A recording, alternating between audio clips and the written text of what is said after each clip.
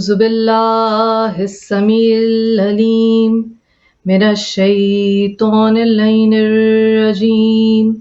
بسم الله الرحمن الرحيم الحمد لله رب العالمين الصلاة والسلام على أشرف الأنبياء والمرسلين وعلى أهل بيته الطيبين الطاهرين المعصومين أما بعد فقد قال الله تعالى في كتابه المبين وهو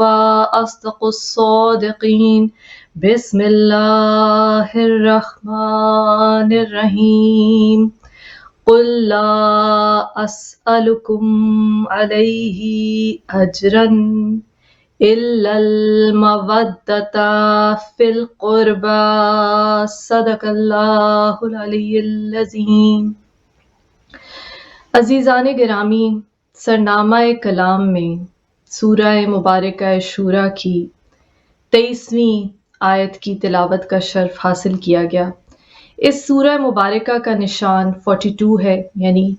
42واں سورہ، اور اس کی 23ویں آیت مبارکہ میں اللہ تعالیٰ فرماتا ہے کہ اے نبی کہہ دیجئے کہ میں تم سے اجر رسالت کچھ نہیں مانگتا مگر میرے اقربا سے، میرے قریب والوں سے مودت کرو۔ معزز ناظرین، ایام فاطمیہ بی بی فاطمہ الزہرا سلام اللہ علیہ کی شہادت کے سلسلے میں یہ ایام منائے جاتے ہیں۔ ہم بی بی کا ذکر کرتے ہیں، وہ بی بی جن کا روضہ مبارک 1920 کی دہائی میں شہید کیا گیا سعودی عرب میں، مدینہ کے شہر میں، اور جہاں اب جنت البقیع ہے وہاں روضہ مبارک موجود تھا۔ اس سے بڑا لمحہ فکریہ امت مسلمہ کے لیے اور کیا ہوگا؟ جب میں کچھ مسلمان عزیزوں سے گفتگو کرتی ہوں، یہ بات چیت کی جاتی ہے اور اس پہ تمام امت مسلمہ کے لوگ، ہر وہ شخص مرد و عورت جو خود کو مسلمان کہلاتا ہے، وہ متفق ہے کہ یہ توحید، یہ مذہب اسلام، یہ انسانیت ہمیں رسول اللہ صلی اللہ علیہ وآلہ وسلم رحمت للعالمین کے صدقے میں، آپ کی برکت سے، آپ کی معرفت سے، آپ کی رسالت کے ذریعے سے عطا ہوئی، ورنہ انسانیت تاریکی میں ڈوبی ہوئی تھی۔ اس نبی صلی اللہ علیہ وآلہ وسلم نے فرمایا، فاطمہ میرے جگر کا ٹکڑا ہے، جس نے فاطمہ کو تکلیف پہنچائی اس نے مجھے تکلیف پہنچائی۔ عزیزان گرامی، ذرا ایک لمحے کے لیے بی بی کے اس روضہ مبارک کی اس تصویر کی طرف نگاہ کیجیے۔ اب یہ روضہ مبارک 1925 تک، عیسوی تک، 1925 تک موجود تھا، اور اب جنت البقیع میں بی بی کی قبر مطہر، قبر مبارک کے اوپر روشنی کا بھی انتظام نہیں، کوئی چھت نہیں، کوئی سایہ نہیں،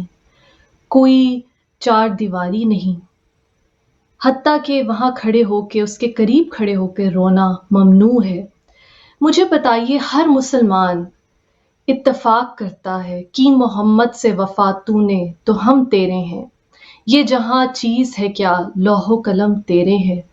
کیا اس مسلمان کو، میں سمجھتی ہوں کہ تاریخ کی بات بھی ہم اس پہ بحث کرتے رہتے ہیں کہ رسول اللہ صلی اللہ علیہ وآلہ وسلم کی شہادت کیسے ہوئی، اس دنیا سے آپ کی رخصت کیسے ہوئی، آپ کے آخری ایام میں میرے رسول اکرم صلی اللہ علیہ وآلہ وسلم جو رحمت للعالمین ہے، آپ کی ہستی مبارک پہ کس قدر ظلم کیا گیا، آپ پہ ہذیان کا الزام لگایا گیا، نعوذ باللہ، خاکم بدہن، آپ کو قلم دینے سے انکار کیا گیا، آپ کی وہ تکمیل نعمت الہی جو آپ نے من کنت مولا فہذا علی مولا کے اعلان کے ساتھ غدیر خم میں فرمائی، اس کو رد کر دیا گیا، سازشیں کی گئی، آپ کو زبردستی وہ دوا کے نام پہ زہر دیا گیا. اور عزیزان گرامی، ان سب باتوں پہ تو چلیے مختلف مسالک کے لوگ بحث کر سکتے ہیں کہ یہ جو کچھ ہوا یہ 1400 برس پہلے تھا، اور تاریخ کے مختلف ورژنز موجود ہیں. ہر مسلک کا تاریخ لکھنے والا ایک جدا بات کرتا ہے، حالانکہ اس میں بھی اگر غور و فکر کیا جائے تو یہ پتہ چلے گا کہ آپ کو اہل سنت کی کتب میں، آپ کو مسلمانوں کے دوسرے مسالک کی کتب میں وہی حقائق ملیں گے جو کہ آپ کو، بلکہ اہل تشیع کی کتب سے زیادہ، کیونکہ وہ بہت سی کتب تو ڈسٹروائے کر دی گئیں، ان کا نشان مٹا دیا گیا، ہسٹری کو خود سے لکھا گیا اور اس طرح سے تاریخ کو لکھا گیا جس کے پاس طاقت تھی اس نے طاقت اور دولت اور حکومت کے زور پہ قلم کا رخ وہاں موڑ دیا جہاں وہ موڑنا چاہتا تھا، جس طرح کہ ہمیشہ سے ہوتا آیا ہے. جس طرح آج کے زمانے میں میڈیا کنٹرول کیا جاتا ہے، جس کے پاس طاقت ہے، جس کے پاس پاور ہے، جس کے پاس دولت ہے، جس کے پاس حکومت ہے، وہی پریس اور میڈیا ذرائع ابلاغ کو کنٹرول کرتا ہے. اس سے جاری ہونے والی جو خبریں ہیں، جو بھی نشریات ہیں، ان کو کنٹرول کیا جاتا ہے، نیریٹو کنٹرول کیا جاتا ہے، ایک ہی کہانی کو مختلف زاویوں سے بیان کیا جاتا ہے، اور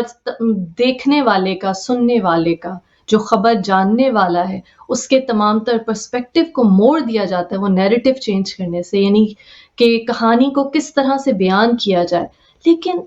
معزز ناظرین، لمحہ فکریہ ہے کہ جو تصویر ہم نے اس پروگرام کے شروع میں دکھائی، وہ مزار مقدس موجود تھا 1925 تک. 21 اپریل، 8 شوال، وہ یوم سیاہ کہ جب اس ظالم حکومت وقت نے بی بی فاطمہ زہرا سلام اللہ علیہ کے مبارک روضہ اقدس کو منہدم کرا دیا. اور صرف وہ مزار نہیں، جنت البقیع میں اور امام حسن علیہ السلام، مولا علی علیہ السلام کے بھائی بیٹے امام باقر علیہ السلام، امام جعفر صادق علیہ السلام، جنت معلیٰ میں وہ قبرستان جہاں رسول اللہ صلی اللہ علیہ وآلہ وسلم جایا کرتے تھے، حضرت ابو طالب علیہ السلام کی جہاں قبر، بی بی خدیجۃ الکبریٰ سلام اللہ علیہ کی جہاں پہ قبر ہے، رسول اللہ صلی اللہ علیہ وآلہ وسلم کے دادا حضرت عبد المطلب علیہ السلام اور آپ کے پردادا حضرت عبد المناف کی قبریں جہاں موجود تھیں،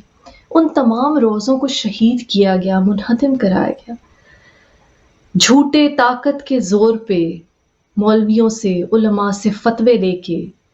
ان کو گن پوائنٹ پہ رکھ کے، تلوار کی نوک پہ رکھ کے، ان کو جان کا خوف دے کر یا دولت کا لالچ دے کر ایسے فتوے لے لیے گئے کہ خود وہ ان مقدس مزارات کو منہدم کرانے والے، ان کے اپنے بزرگوں کی تو شاید قبریں موجود ہیں، ان کی تزئین و آرائش کی جاتی ہے. لیکن کیوں کر ہو سکتا ہے کوئی بھی مسلک اسلام سے تعلق رکھنے والا عاشق رسول یہ کیوں کر گوارا کر سکتا ہے کہ رسول اللہ صلی اللہ علیہ وآلہ وسلم کی وہ دختر کہ جس کے احترام میں آپ کھڑے ہو جاتے تھے، کہ جن کا لقب ام ابیہا ہے، یعنی اپنے والد کی والدہ، کہ جن کو رسول اللہ صلی اللہ علیہ وآلہ وسلم سورہ آل عمران آیت نمبر 61 میں فَقُلْ تَعَالُوا نَدْعُو تم اپنے بیٹوں کو لاؤ، ہم اپنے بیٹوں کو لاتے ہیں، تم اپنی عورتوں کو لاؤ، ہم اپنی عورتوں کو لاتے ہیں، تم اپنے نفوس کو لاؤ، ہم اپنے نفوس کو لاتے ہیں. صرف بی بی فاطمہ زہرا سلام اللہ علیہ جہاں سچ کی گواہی دینے جاتی ہیں. سورہ کوثر کی تفسیر کہ جب دشمن نعوذ باللہ خاکم بدہن تمسخر اڑاتے تھے رسول اللہ صلی اللہ علیہ وآلہ وسلم کا کہ آپ بے نام و نشان ہیں، رسول اللہ صلی اللہ علیہ وآلہ وسلم کی مبارک نسل کو، نسل سادات کو جاری رکھنے والی بی بی فاطمہ زہرا سلام اللہ علیہ، وہ خیر کثیر کہ رحمت للعالمین، وما ارسلناک الا رحمت للعالمین، بے شک آپ کو عالمین کے لیے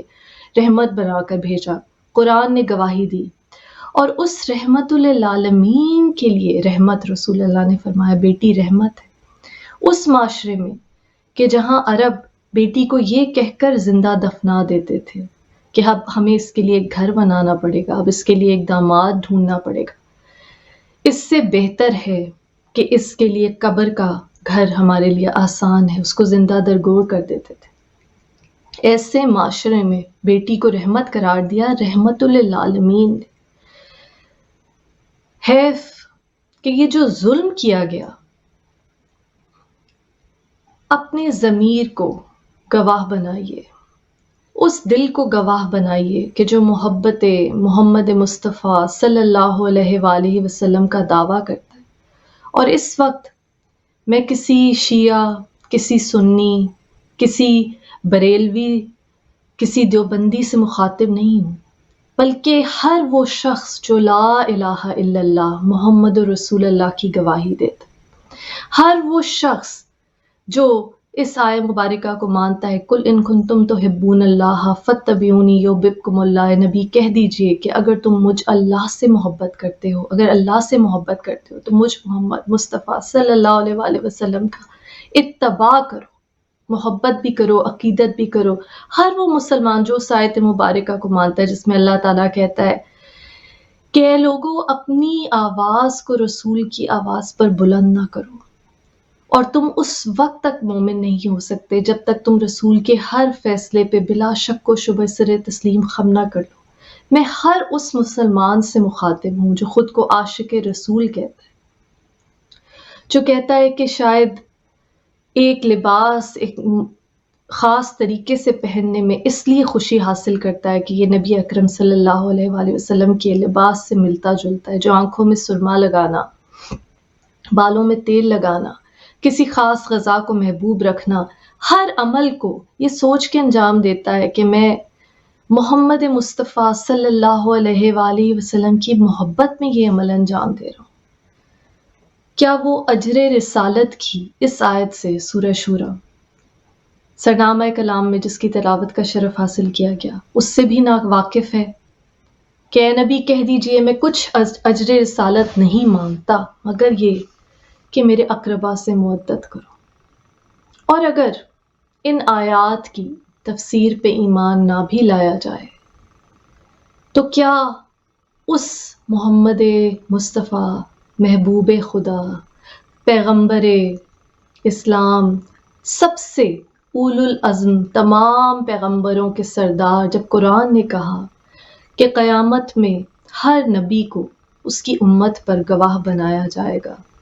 اور اے محمد مصطفیٰ صلی اللہ علیہ وآلہ وسلم آپ ان تمام نبیوں پہ گواہ بنیں گے، تمام انبیاء سے افضل محمد مصطفیٰ محبوب خدا صلی اللہ علیہ وآلہ وسلم، کیا انسانیت پہ کچھ کم احسان ہے میرے نبی کا؟ اور جو خود کو مسلمان کہتا ہے اس کے لیے نبی کا یہ احسان کیا کم ہے کہ جہالت کے اندھیروں ظلمات سے انسانیت کے نور کی طرف، علم کے نور کی طرف، مساوات کے، اخوت کے نور کی طرف، اس اوپریسڈ انسانیت جس کو کبھی سوشل سٹیٹس کی کمی کی وجہ سے، کبھی عورت ہونے کی وجہ سے، کبھی مال و دولت کی کمی ہونے کی وجہ سے، کبھی ظاہری طور پہ جو حسب نسب کا نظام قائم تھا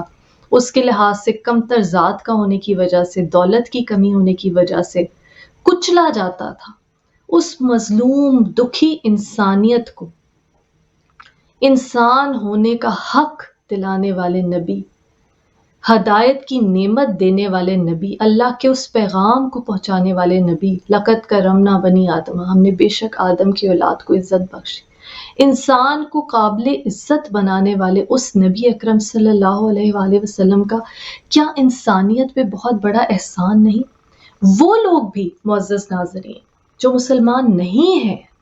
جو ریسرچ کرتے ہیں، جو جاننا چاہتے ہیں کہ انسان کی عظمت کس قدر عظیم ہو سکتی ہے، وہ بھی نبی اکرم صلی اللہ علیہ وآلہ وسلم کا احترام کرتے ہیں۔ حتیٰ کہ ابھی رشیا کے صدر نے، حکمران نے کہا ہے کہ محمد مصطفیٰ صلی اللہ علیہ وآلہ وسلم کی شان میں گستاخی کرنا فریڈم آف سپیچ نہیں ہے بلکہ ریلیجس فریڈم کی وائلیشن ہے۔ اور جتنے بھی تاریخ دان ہیں، جتنے بھی اسکالرز ہیں جو انسانی فلسفہ میں ریسرچ کرتے ہیں، وہ یہ تسلیم کرتے ہیں رسول اللہ صلی اللہ علیہ وآلہ وسلم، حتیٰ کہ آپ کی لیڈرشپ سکلز، آپ کے نظام حکومت، نظام مساوات کو، حتیٰ کہ وہ عرب جوہلا، وہ جاہل قوم جو اس وقت ظلمات میں، اندھیروں میں ڈوبی ہوئی تھی، جانوروں سے بدتر انسان تھے، وہ بھی رسول اللہ صلی اللہ علیہ وآلہ وسلم کو صادق اور امین مانتے، وہ بھی اپنے آپس کے مسائل کو سولو کرنے کے لیے، حل کرنے کے لیے رسول اللہ صلی اللہ علیہ وآلہ وسلم کو ثالث قرار دیتے تھے. حجر اسود کے چاہے نصب کرنے کا معاملہ ہو، چاہے کوئی اور معاملہ ہو، چاہے اپنی امانتیں دینے کا معاملہ، صادق اور امین مانتے تھے. اور پھر وہ نبی مسلمان کے لیے اس سے بڑی کیا بات ہوگی کہ قرآن گواہی دیتا ہے وَمَا يَنْطِقُ عَنِ الْهَوَىٰ إِنْ هُوَ إِلَّا وَحْيٌ يُوحَىٰ، کہ بے شک یہ نبی اپنی مرضی سے ایک حرف بھی نہیں کہتے، جو بھی کہتے ہیں وہ بھیجی ہوئی وحی. اس نبی نے جب کہہ دیا فاطمہ الفاطمہ تو بزت منی، فاطمہ میرے جگر کا ٹکڑا ہے، جس نے فاطمہ کو تکلیف پہنچائی اس نے مجھے تکلیف پہنچائی، تو پھر مسلمان جو بھی خود کو مسلمان کہتا، اس کی غیرت جوش کیوں نہیں مارتی بی بی کے روضے کی اس تصویر کو دیکھتے ہوئے، یہ جانتے ہوئے کہ یہ کوئی 1400 سال پرانی بات نہیں، 1925 کی بات ہے، بہت ریسنٹ بات ہے کہ بی بی کے مزار کو شہید کیا گیا، بی بی کے روضہ مبارک کو شہید کیا گیا. اب برِ صغیر میں جا کر دیکھیے، حضرت داتا گنج بخش ہیں، کتنے اور صوفی بزرگ ہیں، میاں میر رحمت اللہ علیہ ہیں، کتنے بزرگ ہیں، جگہ جگہ آپ کو ہندوستان میں، پاکستان میں، مختلف شہروں میں آپ کو بزرگوں کی، صوفیاء کی قبور پہ مزارات ملتے ہیں، ان کی ذریعیں بنائی گئی ہیں، وہاں عرس کا سما ہوتا ہے، لوگ آتے ہیں، اللہ تعالیٰ کا ذکر کرتے ہیں، قرآن حکیم کی تلاوت کرتے ہیں، عرس منائے جاتے ہیں، قبروں کو غسل دیا جاتا ہے عرق غلاب سے. اور اس میں صرف اہل تشیع نہیں بلکہ اہل سنت کے لوگ اور بریلوی اور چشتی اور مختلف سلسلوں کے لوگ جو ہیں وہ اپنا خراج عقیدت پیش کرتے ہیں. مگر نبی کی بیٹی کا روضہ شہید کر دیا گیا، اور اس مسلم امت کی غیرت نے جوش نہیں مارا. یہ لمحہ فکریہ ہے اور یہ بات عقل و فہم سے بالاتر ہے. It does not make any sense کہ ایک مسلمان جو خود کو عاشق نبی کہتا ہے، جو ناموس رسالت کے نام پہ جان لینے، جان دینے کو تیار ہو جاتا ہے، بلکہ وہ لوگ جو ناموس رسالت کے نام پہ جان دیتے ہیں، جان لیتے ہیں، ان کو اپنا ہیرو بنا لیتا ہے، ان کی ورشپ کرنے لگ جاتا ہے، وہ مسلمان یہ کیسے ہو سکتا ہے کہ نبی اکرم صلی اللہ علیہ وآلہ وسلم کی اکلوتی چہیتی بیٹی کے روضے کو شہید کر دیا جائے اور وہ سوال تک نہ اٹھائے، وہ پھر تاریخ کے نیریٹو کو کوسچن تک نہ کرے، وہ یہ بھی نہ سوچے کہ آخر وہ لوگ جنہوں نے اس دور حاضر میں 1925 میں بی بی فاطمہ زہرا سلام اللہ علیہ کے روضہ مبارک کو شہید کیا، اور تمام وہ ہستیاں رسول اللہ صلی اللہ علیہ وآلہ وسلم کے جو اقربا میں آتی ہیں، بی بی خدیجہ سلام اللہ علیہ جن کے وفات کے غم میں آپ نے پورا سال، حضرت ابو طالب علیہ السلام جن کی وفات کے غم میں آپ نے پورا سال عام الحزن قرار دیا، غم کا سال، اور جہاں خود رسول اللہ تشریف لے جایا کرتے تھے، ان قبروں کو، ان مزاروں کو شہید کیا گیا. تو یہ کیوں کر ہو سکتا ہے کہ پھر وہ سوال نہ اٹھے ذہنوں میں کہ آخر ایسی کون سی عداوت ہے، ایسا کون سا بغض ہے؟ کیا یہ وہی بغض تو نہیں ہے جو یزید نے اس وقت دکھایا تھا جب بی بی زینب عالیہ علیہ السلام نے مخدومہ کائنات نے اس کے دربار میں کہا تھا کہ یزید تو نے اپنی گھر کی خواتین کو تو پردے میں رکھا اور ہمیں تو بے پردہ بے مقطع و چادر قیدی بنا کے رسوا کر ہے، جو کہ رسول کے گھر کی بیٹی ہیں، رسول کی نواسی کو. کیا یہ وہی بغض تو نہیں کہ اپنے باپ دادا کی قبروں کو تو سجا کے رکھا، یا حتیٰ کہ وہ لوگ جو ولی اللہ کہلاتے ہیں، وہ بزرگ جو ولی اللہ کہلاتے ہیں، ان کی قبروں کو بھی سجایا جاتا ہے. ان پہ چراغاں کیا جاتا ہے، روشنی کی جاتی ہے،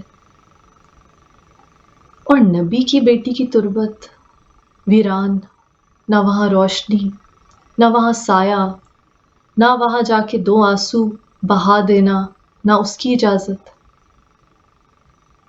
کیا نبی نے عام الحزن منایا غم کا سال بی بی خدیجہ طاہرہ اور حضرت ابو طالب علیہ السلام کی جدائی میں؟ تو غم منانے کو بھی بدعت قرار دے دیا۔ آخر کیا وجہ ہے؟ کیا یہ وہی مال و دولت، طاقت، اقتدار کی ہوس، لالچ، محبت، الہ، کرسی کو بنانا، اقتدار کو بنانا؟ کیونکہ جب طائف میں حملہ کیا وہابیوں نے، اور جب جنت البقیع میں حملہ کیا گیا، تو عام مسلمانوں، بے گناہ مسلمانوں کا قتل عام بھی کیا گیا، حتیٰ کہ نوزائیدہ بچوں کا قتل عام کیا گیا، اور اس قدر مال و دولت لوٹا گیا جو تبرکات موجود تھے، سونا، چاندی، ہیرے جواہرات۔ تو کیا یہ وہی روش چلی نہیں آ رہی کہ جو مال غنیمت کے لالچ میں جنگ احد میں رسول اللہ صلی اللہ علیہ وآلہ وسلم کو چھوڑ کے مال کے پیچھے بھاگ جاتے ہیں؟ کی محمد سے وفا تو نے تو ہم تیرے ہیں، یہ جہاں چیز ہے کیا لوح و قلم تیرے ہیں۔ تو ہر مسلمان سے کے لیے دعوت فکر ہے کہ اب غور و فکر کیجئے۔ جب ہم دور حاضر میں دیکھتے ہیں کہ امت مسلمہ کی کیا حالت ہے، مسلمانوں کی کیا حالت ہے، اور میں صرف معاشی طور پہ بات نہیں کر رہی، دنیا میں طاقتور ہونے اور معاشی میدان میں یا مٹیریلزم کے میدان میں اپنا لوہا منوانے کی بات نہیں کر رہی، اخلاقی لحاظ سے بلند ہونا، ویلیوز کے لحاظ سے بلند ہونا، مسلمان ہونے کی حیثیت سے دنیا میں جانا کہ کیونکہ یہ مسلمان ہیں اس لیے یہ سچ بولنے والی قومیں ہوں گی، کیونکہ یہ مسلمان ہیں، یہ صادق اور امین نبی کے امتی ہیں تو یہ سچ بولنے والے ہوں گے، ان کی بات پہ بھروسہ کیا جا سکتا ہے، یہ چوری نہیں کرتے ہوں گے، دوسروں کا مال نہیں کھاتے ہوں گے، یہ اچھے شہری ہوں گے، لا ابائڈنگ سٹیزن ہوں گے۔ کیا مسلمان امت اس طرح سے پہچانی جاتی ہے؟ ہرگز نہیں، بلکہ ویلیوز کے اعتبار سے ناقابل اعتبار سمجھا جاتا ہے زیادہ تر مسلمان ملکوں کے لوگوں کو، اور اگر خود جو لوگ وہاں رہتے ہیں وہ بھی جانتے ہیں، دیکھتے ہیں کہ صادق اور امین نبی کی امت بہت زیادہ جھوٹ میں مبتلا ہے، جھوٹ کی بیماری میں مبتلا ہے، چاہے وہ حاکم وقت ہو یا کوئی عام کام کرنے والا بلو کالر ورکر ہو، ہر کوئی جھوٹ کی بیماری میں مبتلا ہے۔ یعنی کہ بیسک ہیومن ویلیوز جو ہیں وہ مسلمان امت سے بھی دور ہو چکی ہیں۔ تو کیا اب یہ سوچنے کا مقام نہیں کہ کہیں نہ کہیں اس دین اسلام جو دین فطرت ہے، وہ دین کے جس کے بارے میں اللہ تعالیٰ نے کہا ان الدین عند اللہ الاسلام، کی بے شک اللہ کے نزدیک دین اسلام ہی ہے، جس نے بنی آدم کو عزت بخشی، جس نے انسان کو انسانیت کی اعلیٰ درجے کا ادراک کرایا، شعور کرایا کہ تم کس طرح سے فرشتوں سے افضل ہو اور ہو سکتے ہو، اور کن برائیوں کی وجہ سے، کن وائسز کی وجہ سے تم جانوروں سے بدتر ہو سکتے ہو۔ لیکن اس وقت سب سے زیادہ امت مسلمہ کیا کفر کے رستے پہ نہیں ہے؟ امام جعفر صادق علیہ السلام کا قول ہے، چھٹے امام کا، آپ نے فرمایا کہ کفر کی 3 بنیادیں ہیں، تکبر، لالچ اور حسد۔ اور یہ قول میں بہت دفعہ شیئر کر چکی ہوں، اور اگر دیکھا جائے تو آپ مسلمان امت کے اخلاقی اقدار کا اگر جائزہ لیں تو تکبر، حسد، لالچ آپ کو جگہ جگہ ملے گا۔ تو پھر یہ کیوں ہو سکتا ہے ہم کسی ایک فقہ، کسی مسلک کو اٹھا کے کہہ دیتے ہیں شیعہ کافر ہے، جب کفر کی بنیادیں ہیں تکبر، حسد، لالچ۔ ابلیس کا واقعہ قرآن میں موجود ہے، اس نے تکبر ہی کیا تھا، اس نے یہ کہا تھا کہ میں غیر اللہ کو سجدہ نہیں کروں گا، اللہ کو تو عبادت وہ کرتا تھا، سجدے کرتا تھا، صرف تکبر کی وجہ سے کہ میں آگ سے بنا ہوں، یہ مٹی سے بنا ہے، اور اللہ تعالیٰ نے کہا طاعتی ما ارید لا ما ترید، تم غیر اللہ کو سجدہ نہیں کرو گے، نہیں، اطاعت میری لیکن ایسے کرو، طاعتی ما اریدو لا ما تریدو، اطاعت میری ایسے کرو کہ جیسے میں چاہتا ہوں ویسے نہیں جیسے تم چاہتے ہو۔ جو کہتے ہیں اللہ کافی ہے، اللہ ان سے کہتا ہے کہ اگر مجھ سے محبت کرتے ہو تو میرے نبی محمد مصطفیٰ صلی اللہ علیہ وآلہ وسلم کا اتباع کرو، پھر اللہ بھی محبت کرتے، تم سے محبت کرے۔ اور کہا یہ سب تمہاری نمازیں تمہارے منہ پہ مار دوں گا، تمہارے روزے، تمہارے حج، تمہاری ساری عبادتیں تمہارے منہ پہ مار دوں گا، خبردار نبی کی آواز پہ اپنی آواز کو بلند نہ کرنا، نبی کے ہر فیصلے پہ سر تسلیم خم کرنا۔ تم اس وقت تک مومن نہیں ہو سکتے جب تک اپنی جان، مال، ماں باپ، اولاد، اپنی ہر رشتے سے بڑھ کے محمد مصطفیٰ صلی اللہ علیہ وآلہ وسلم کو فوقیت نہ۔ سب سے زیادہ ظلم اس احسان فراموش امت نے اپنے نبی اکرم صلی اللہ علیہ وآلہ وسلم جو محسن انسانیت ہے، سب سے بڑھ کر احسان فراموشی اس نبی کے خلاف کی، اور یہی وہ ظلم تھا۔ یہ ظلم بے ادبی کرنے کا، گستاخی کرنے کا، حکم عدولی کرنے کا، ہذیان کا الزام لگانا، قلم نہ دینا، زبردستی دوا کے نام پہ زہر دینا، یہ وہ مصائب ہیں معزز ناظرین جن کی وجہ سے بی بی فاطمہ زہرا سلام اللہ علیہ گریہ فرماتی تھی، جن کی وجہ سے بی بی اس قدر روتی تھیں اور کہتی تھیں کہ مجھ پہ میرے بابا جان کے اس دنیا سے رخصت ہونے کے بعد اتنے مصائب ٹوٹے کہ اگر دنوں پر پڑتے تو سیاہ راتوں میں تبدیل۔ بی بی کا گریہ ان مصائب کی وجہ سے تھا، جس کے لیے آپ کو الگ گھر بیت الحزن بنا کے دیا گیا شہر سے باہر۔ کوئی وجہ تھی جو اس وقت بی بی کو رونے سے منع کرتے تھے، وہ آج بھی بی بی کی اس قبر کے نشان کے قریب کسی کو رونے نہیں دیتے۔ ظلم وہی ظلم ہے جو اب تک چلا آ رہا ہے معزز ناظرین۔ امام زین العابدین علیہ السلام نے ایک مرتبہ فرمایا کہ کوفہ ایک جگہ کا نام نہیں ہے بلکہ ایک رویے کا نام کوفہ ہے۔ جہاں بھی ظلم پہ لوگ خاموش رہے وہ جگہ کوفہ ہے، وہ لوگ کوفی ہیں۔ دو ہی فرقے ہیں اسلام میں، ایک حسینی، ایک یزیدی۔ بار بار قرآن نے کہا امر بالمعروف و نہی عن المنکر، نیکی کا حکم دو، نیکی کی تعلیم دو اور برائی کو روکو، اور بار بار کہا ہاتھ سے روکو برائی کو، نہیں روک سکتے تو زبان سے روکو، زبان سے نہیں روک سکتے تو دل میں برا جانو، اور یہ ایمان کا کمزور ترین درجہ ہے۔ مولائے کائنات مولا علی علیہ السلام نے کہا کہ اگر تم ظالم کا ہاتھ نہیں روک سکتے تو کم از کم ظلم کے خلاف آواز تو بلند کرو۔ ائمہ تحرین کے متعدد قول ہیں کہ جو ظلم پہ خاموش رہا، امام رضا علیہ السلام نے فرمایا کہ جو ظلم دیکھ کر خاموش رہا وہ بھی ان ظالموں میں سے ہے۔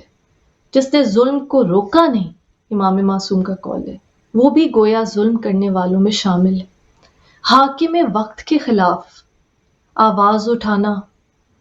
موت کو دعوت دینا ہے، لیکن سب سے پہلے یہ جہاد میری بی بی فاطمہ زہرا سلام اللہ علیہ نے کیا۔ آپ نے حاکم وقت کے سامنے، وہ جو خود ہی جج بنا ہوا تھا، جو خود ہی جوری بنا ہوا تھا، جو حاکم وقت تھا، اسٹیٹ کے خلاف جب کوئی مقدمہ ہوتا ہے تو جج غیر جانبدار ہوتا ہے، جیسے سپریم کورٹ کا جج ہے، چیف جسٹس ہے، وہ غیر جانبدار ہوتا ہے تاکہ اگر آپ نے حکومت کے خلاف بھی کوئی مقدمہ کرنا ہے تو وہ سن سکے۔ لیکن جس طرح ہوتا ہے آمریت میں، جس طرح ہوتا ہے فرعونیت میں، جس طرح ہوتا ہے جب اقتدار اللہ کا نہ ہو بلکہ اقتدار کا مالک انسان خود کو سمجھنے لگ جائے، بی بی نے اس حاکم وقت کے سامنے، جس نے قاضی شرع کو الگ نہیں رکھا تھا، معاملہ فدق پہ بات کرنے کے لیے، فیصلہ کرنے کے لیے، جو خود ہی حاکم تھا، جو خود ہی قاضی بن گیا. بی بی نے اپنے مقدمے کی کس خوبصورتی سے وکالت کی. کیا فصاحت و بلاغت ہے میری بی بی کی، کس طرح اللہ تعالیٰ کی توحید، اللہ تعالیٰ کا شکر ادا کیا، کس طرح اپنے بابا جان محمد مصطفیٰ صلی اللہ علیہ وآلہ وسلم کی رسالت کی گواہی دی، یاد کرایا کہ تم وہ عہد کر چکے ہو. تم غدیر خم میں من کن تو مولا فہذا علی مولا. جب رسول اللہ صلی اللہ علیہ وآلہ وسلم نے اونٹوں کے پالانوں کا منبر بنایا، ہاتھوں پہ مولائے کائنات مولا علی علیہ السلام کو بلند کیا، پورے مجمع کو جمع کیا، انتظار کیا، اعلان کیا، کہا جو لوگ موجود نہیں ہیں ان تک یہ پیغام پہنچایا جائے. من کن تو مولا فہذا علی مولا. جس جس کا میں مولا، اس کا علی مولا. دکھایا، بار بار یاد کرایا وہ پیغام کہ جس کے بارے میں قرآن نے کہا تھا کہ بلغ یا رسول اللہ، اگر یہ کام نہ کیا تو گویا رسالت کا کوئی کام نہیں کیا. اور جب یہ پیغام پہنچا دیا تو سورہ مائدہ میں گواہی دی، الیوم اکملت لکم دینکم واتممت علیکم نعمتی. آج تمہارے لیے تمہارے دین کو مکمل کر دیا، اپنی نعمت تم پر تمام کر دی. بی بی نے یاد کرایا کہ تم وہ عہد کر چکے ہو، وہ عہد توڑ چکے ہو، عہد شکنی کر چکے ہو. تمام اہل دربار کو بی بی نے مخاطب کیا. اور یہ جو مظہر خدا ہیں، یہ جو حجت خدا ہیں، یہ جو نور خدا ہیں، یہ مظہر خدا ہیں، قرآن ناطق ہے. رسول اللہ صلی اللہ علیہ وآلہ وسلم نے کہا 2 چیزیں تم میں چھوڑی جا رہا ہوں، ایک قرآن مبین اور ایک میرے اہل بیت علیہ السلام. اور کہا بے شک یہ دونوں ایک دوسرے سے جدا نہیں ہیں. قرآن کو اگر سمجھنا ہے تو اہل بیت علیہ السلام سے سمجھو کہ یہ قرآن ناطق ہے، قرآن صامت خاموش قرآن، اور یہ قرآن ناطق بولتا قرآن. اور بی بی نے قرآن حکیم کی توصیف بیان کی، تعریف بیان کی کہ تم لوگوں میں اللہ تعالیٰ کی واضح اور روشن کتاب ہے. اور اپنا تمام تر مقدمہ بی بی نے اس کتاب، اس بک آف لا، اللہ تعالیٰ کے قوانین کی جو کتاب ہے اس سے لڑا ہے. وہ مقدمہ اس خطبہ فدق میں بی بی نے قرآنی آیات کے ذریعے اپنا مقدمہ پیش کیا. کس جرت کے ساتھ، کس شجاعت کے ساتھ سب سے افضل ترین، مشکل ترین جہاد، حاکم وقت کے سامنے اس کے خلاف کلمہ حق بلند کرنا. اور جو بی بی نے پھر توحید، رسالت کے بعد امامت کی گواہی دی ہے، بے نقاب کر دیا ان دولت سے محبت کرنے والے، اقتدار سے محبت کرنے والے، مذہب کا لبادہ اوڑھ کر بیت المال کا حرص رکھنے والوں کو بے نقاب کیا. اور کہا کہ تم لوگ تو اس وقت چین سے، آرام سے اپنے گھروں میں بیٹھے رہتے تھے جب بھی کفر کے شعلوں نے فتنے کی آگ بھڑکائی. بی بی نے کہا کہ اس وقت میرے شوہر مولائے کائنات ولی اللہ من کن تو مولا فہذا علی مولا کی تفسیر مولائے کائنات مولا علی علیہ السلام کی تیغ کے آگ سے ان شعلوں کو بجھایا گیا. اور بی بی نے جہاں فدق کا مقدمہ قرآن کے آیات کی مدد سے، روشنی سے واضح کیا، آشکار کر دیا سب سننے والوں پہ، وہاں جب مدینہ کی عورتیں آپ کی مزاج پرسی کے لیے آتی ہیں تو آپ کہتی ہیں کہ تمہارے مردوں کو کیا ہو گیا ہے کہ ان کو اپنا رہنما بنا لیا، جو خود راستے کو نہیں جانتے، جو خود منزل کو نہیں جانتے. اور بی بی کہتی ہیں کہ اگر تم ابو الحسن یعنی مولائے کائنات مولا علی علیہ السلام کو اپنا رہنما بناتے کہ جو رسول کے اصلی جانشین ہیں، تم ولایت علی پہ ایمان لاتے جیسا نبی اکرم صلی اللہ علیہ وآلہ وسلم نے رسالت کے کام کی تکمیل، اللہ تعالیٰ نے ہدایت کی نعمت کی تکمیل جس اعلان کے ذریعے کی. بی بی کہتی ہیں کہ تم بالکل خوشی خوشی بغیر کسی سفر کی تھکن کے منزل مقصود پہ، حوض کوثر پہ پہنچ جاتے، علی تمہیں وہاں پہنچا دیتے. بی بی اس امت کی تباہی کے لیے بھی گریہ کناں ہے، ہدایت کی اس نعمت کے کفران نعمت کے لیے بی گریہ کرتی ہیں، آہو فغاں کرتی ہیں، کیونکہ یہ اس نبی اکرم صلی اللہ علیہ وآلہ وسلم کے جگر کا ٹکڑا ہے کہ جو اپنے لیے خود دنیا کی کوئی خواہش نہیں رکھتے. اور بی بی نے کہا کہ اس وقت میرے بابا جان اپنے خالق حقیقی کے پاس اس دنیا کی صعوبتوں سے نکل کے بہت آسودہ حال میں ہیں. جس طرح امام موسیٰ کاظم علیہ السلام نے فرمایا کہ دنیا مومن کے لیے قید خانہ ہے. رسول اللہ صلی اللہ علیہ وآلہ وسلم نے فرمایا کہ دنیا کی مثال آخرت کے سامنے ایسے ہے جیسے سمندر کے سامنے قطرہ. جو لافانی زندگی ہے، جو ہمیشہ رہنے والی زندگی ہے، اس کے بجائے اس دنیا کی زندگی کی محبت، اس دنیا کی زندگی کو جو ترجیح دیتے تھے اور دیتے ہیں،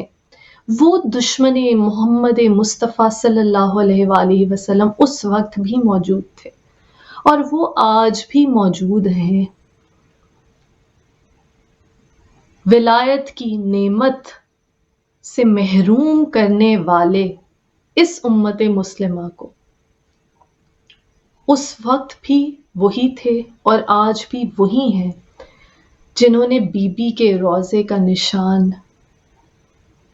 مٹانے کی کوشش کی، مزار کو، روضہ اقدس کو شہید کر دیا. عزیزان گرامی،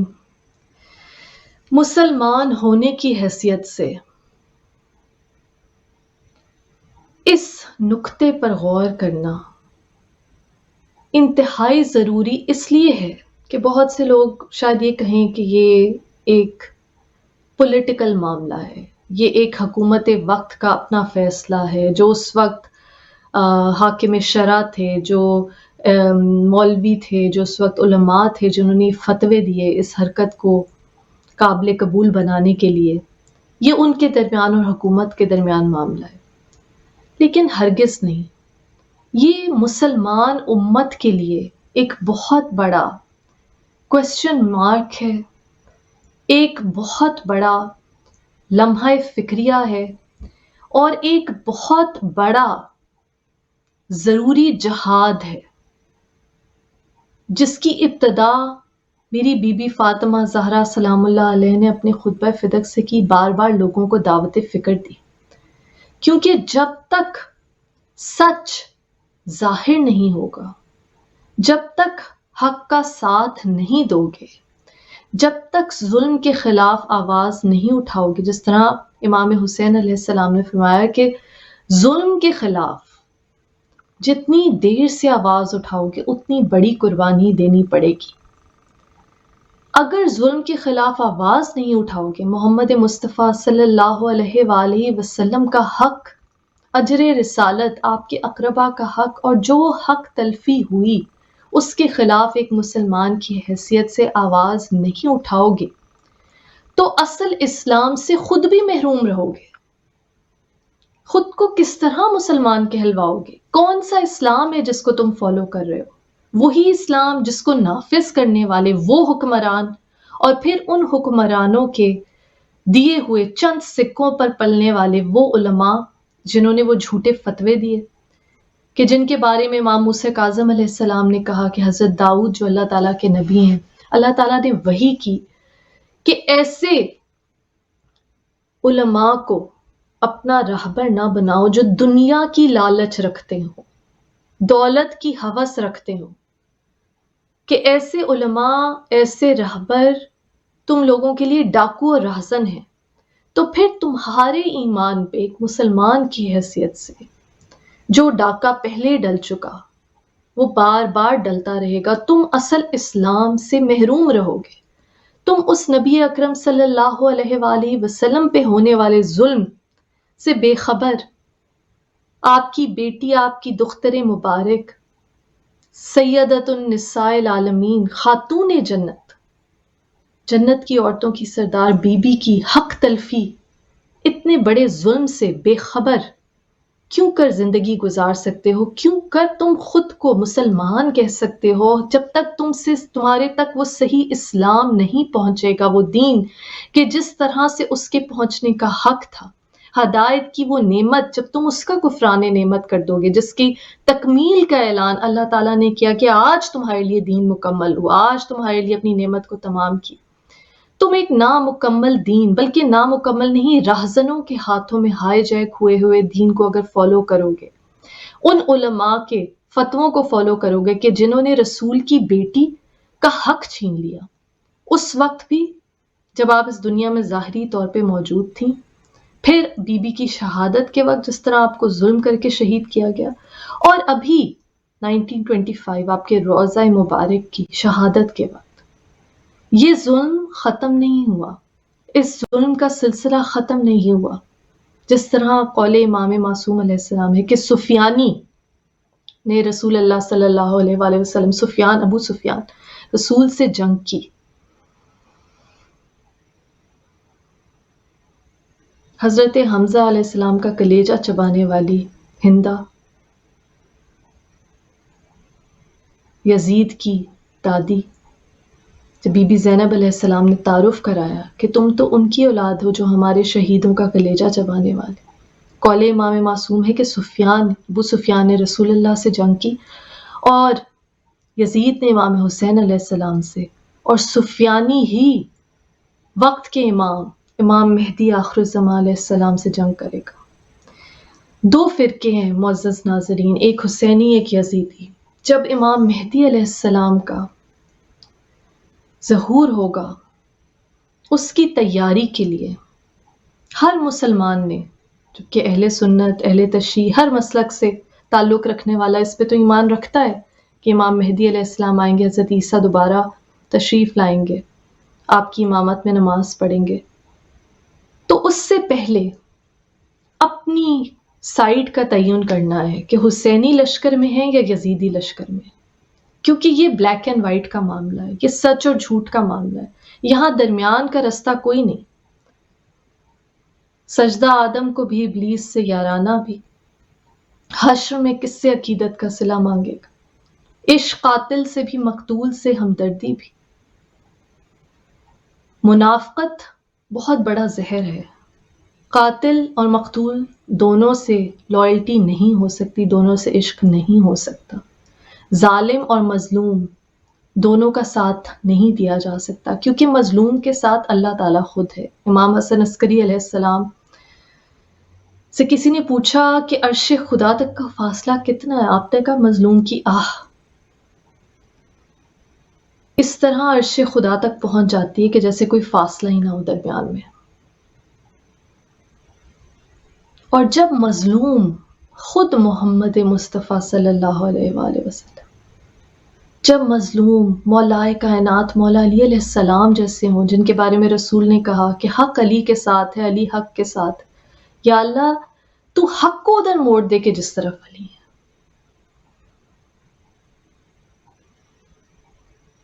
مولائے کائنات مولا علی علیہ السلام جہاں مظلوم ہوں، جہاں آپ کا حق غصب کیا گیا، اور وہ حق غصب کرنے میں مولائے کائنات مولا علی علیہ السلام جو امیر المومنین ہیں، کائنات کے مولا ہیں، آپ کی فضیلت میں، آپ کی ولایت میں، آپ کے وجہ اللہ ہونے، لسان اللہ، اسد اللہ، وجہ اللہ، ید اللہ، نفس رسول ہونے، باب مدینۃ العلم ہونے، خطیب منبر سلونی ہونے میں تو کوئی فرق نہیں پڑا، لیکن مسلمان امت نے اس حق غصب کرنے میں اپنا ہی نقصان کیا، ان کو رہنما بنانے میں کہ جو دنیا کی ہوس رکھتے تھے، اقتدار کی ہوس رکھتے تھے، اپنا ہی نقصان کیا۔ اور جب مظلوم بی بی فاطمہ زہرا سلام اللہ علیہ، جب مظلوم امام حسن علیہ السلام جن کے جنازہ مبارک پہ تیر پھینکے گئے، رسول کے ساتھ دفنانے نہیں دیا گیا، اور پھر جنت البقیع میں دفنایا گیا، اور پھر روضہ مبارک کو شہید کیا گیا، جہاں مظلوم حسن مجتبیٰ ہو جو رسول کے کندھوں پہ سواری کرنے والے ہیں، اور رسول کہتے ہیں، جب دیکھنے والا کہتا ہے کیا سواری ہے، تو رسول کہتے ہیں کیا خوب سوار ہے۔ امام حسین علیہ السلام مظلوم ہو تو پھر حق اور باطل میں سے انتخاب کرنا، حق کا ساتھ دینا سچ بولنا، سچ اور جھوٹ میں تفریق کرنا ہر مسلمان پر جو خود کو مسلمان کہلاتا ہے فرض ہو جاتا ہے۔ معزز ناظرین، آج کی گفتگو اس دعوت فکر کے ساتھ ختم کرتے ہیں کہ ہر مسلمان کے لیے ضروری ہے، بہت سے اہل سنت ہیں جو اہل تشیع بن جاتے ہیں، اس بات پہ کنورٹ ہو جاتے ہیں، اپنا عقیدہ تبدیل کر لیتے ہیں کہ نبی کی بیٹی محمد مصطفیٰ صلی اللہ علیہ وآلہ وسلم کی بیٹی دربار میں گئی خلیفہ وقت کی اور خالی ہاتھ واپس آ گئی، کیونکہ جو دل سے عاشق رسول ہے، جو دل سے رسول کو محسن انسانیت مانتا ہے، جو دل سے یہ مانتا ہے کہ توحید کی نعمت محمد مصطفیٰ صلی اللہ علیہ وآلہ وسلم کے بغیر نہیں مل سکتی، اور قرآن میں اللہ تعالیٰ نے کس طرح کس محبت سے اپنے اس محبوب نبی کو مخاطب کیا اور کہا کہ اے لوگو، تمہاری تکلیف اس نبی پہ شاق ہے، اس قدر شفیق ہیں، اس قدر نرم دل ہیں کہ اگر یہ سخت مزاج ہوتے تو تم ان سے بھاگ کھڑے ہوتے۔ وقت آ گیا ہے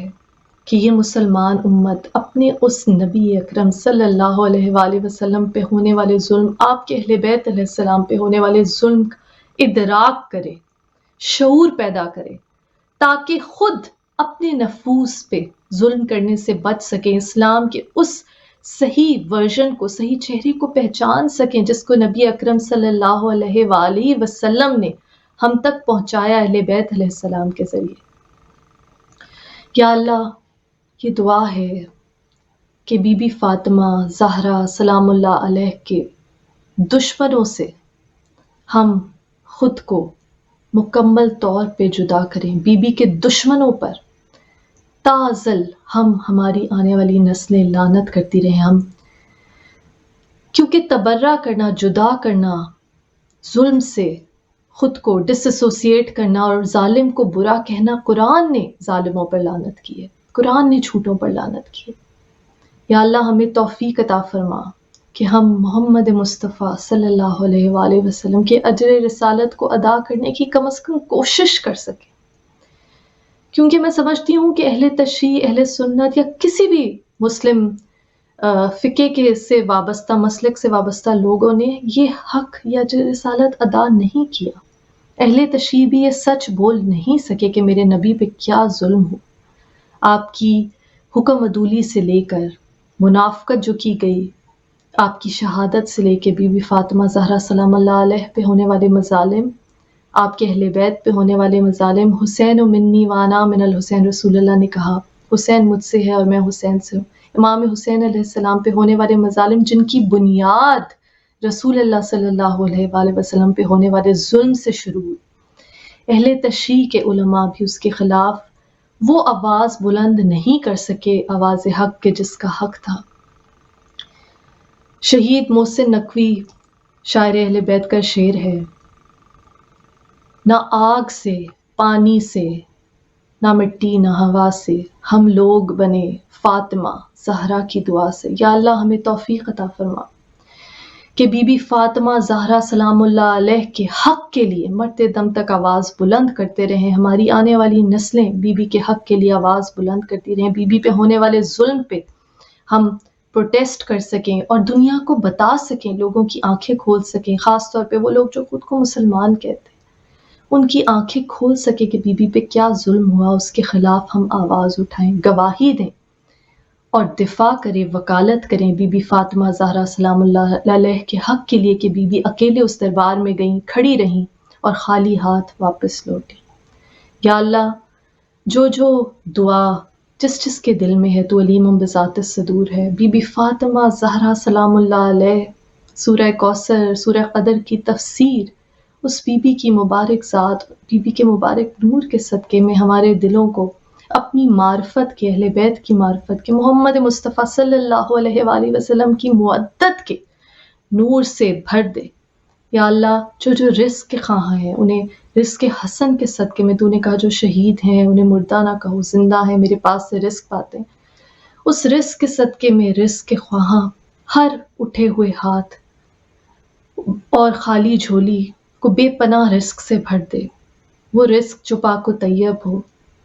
وہ رزق کہ جسے تیری راہ میں خرچ کیا جا سکے. جو بے گھر ہیں انہیں گھر دے، وہ گھر دے جو مجلس شبیر کے لیے ہو. جو بیمار ہیں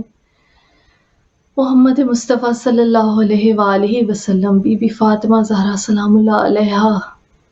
پہ ہونے والے ظلم کے صدقے، بی بی کے شکستہ پہلو کا واسطہ،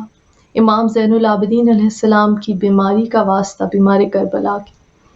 غیرت اللہ کی بیماری کا واسطہ، ان کی ہر بیماری کو دور فرما، شفائے کلی عطا فرما.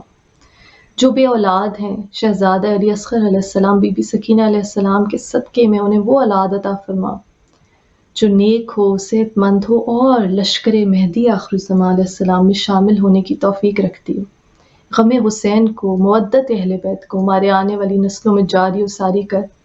یا اللہ ہمیں کوئی غم نہ دے سوائے غم حسین کے. ہمارے علم میں اضافہ فرما رب زدنی علما. اور شبیر کا غم بانٹ رہا ہے تو ادھر دے اور ہمیں توفیق عطا فرما کہ ہم ظلم کے خلاف آواز اٹھا سکیں، کلمہ حق بلند کر سکیں. ہمیں سچ بولنے اور سچوں کے ساتھ ہو جانے، عالین کے ساتھ ہو جانے کی توفیق عطا فرما. لعنت اللہ علی قوم الظالمین وما علینا الا البلاغ. اللہم صلی علی محمد وآل محمد وعجل فرجہ.